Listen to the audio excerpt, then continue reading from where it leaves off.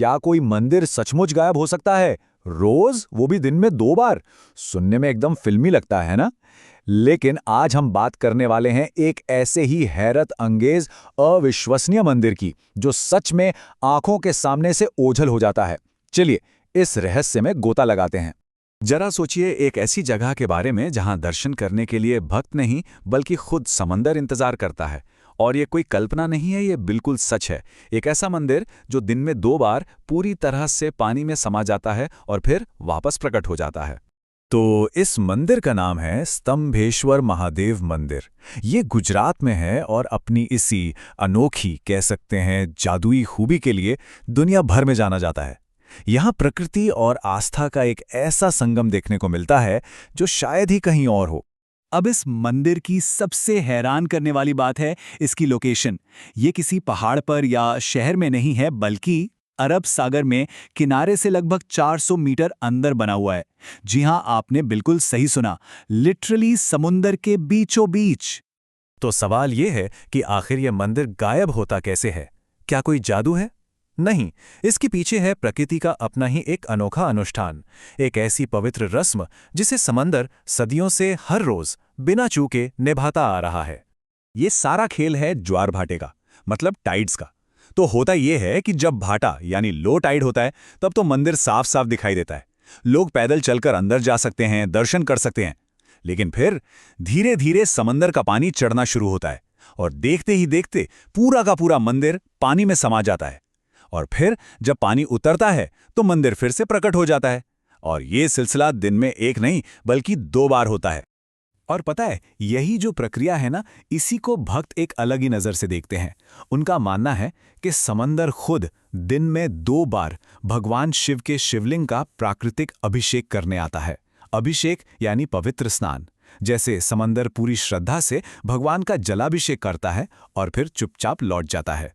अब एक सवाल मन में जरूर आता होगा कि ठीक है, ये सब तो समझ आया, पर आखिर मंदिर बनाने के लिए ऐसी अजीब जगह ही क्यों चुनी गई?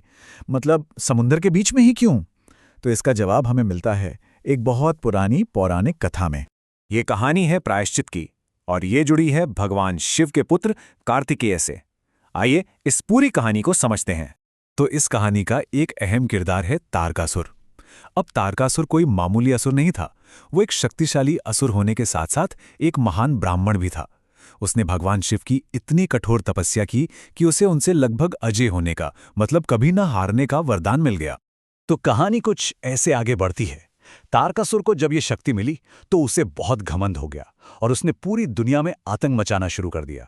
तब सब देवताओं को बचाने के लिए सामने आए भगवान शिव के पुत्र कार्तिकेय, और ठीक इसी जगह पर उन्होंने तारकासुर का वध कर दिया। लेकिन कहानी यहां खत्म नहीं हुई, क्योंकि तारकासुर एक ब्राह्मण था, तो उसकी हत्या से कार्तिकेय पर ब्रह्म हत्या का पाप लग गया। और इसी पाप से छुटकारा पाने के लिए उन्होंने ठीक उसी जगह पर एक शिवलिंग की स्थापना की, और ये तय हुआ कि इस शिवलिंग का रोजाना अभिषेक होगा, हमेशा हमेशा के लिए।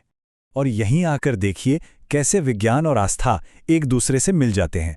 एक तरफ तो है प्रकृति का एक अटल नियम, समंदर का चढ़ना और उतरना, एक ऐसा चक्र जो कभी नहीं रुकता, और दूसरी तरफ है एक दिव्य मकसद, कार्तिकेय के प्रायश्चित को पूरा करने के लिए शिवलिंग का शाश्वत यानी कभी न खत्म होने वाला अभिषेक।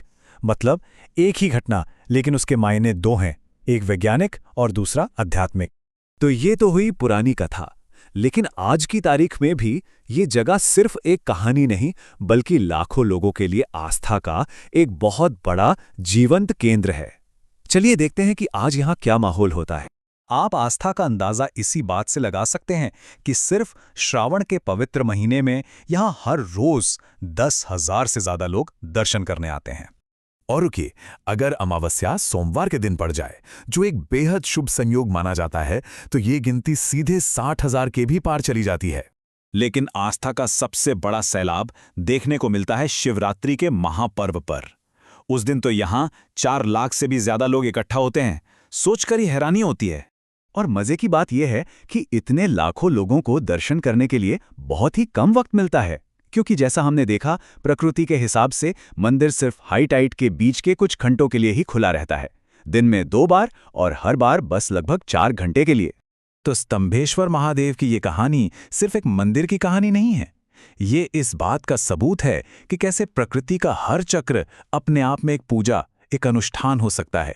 यह हमें सोचने पर मजबूर करती है कि अगर हम ध्यान से देखें तो क्या हमारे आसपास भी ऐसी जगह हैं जहां कुदरत हर रोज चुपचाप अपना कोई पवित्र अनुष्ठान पूरा कर रही है।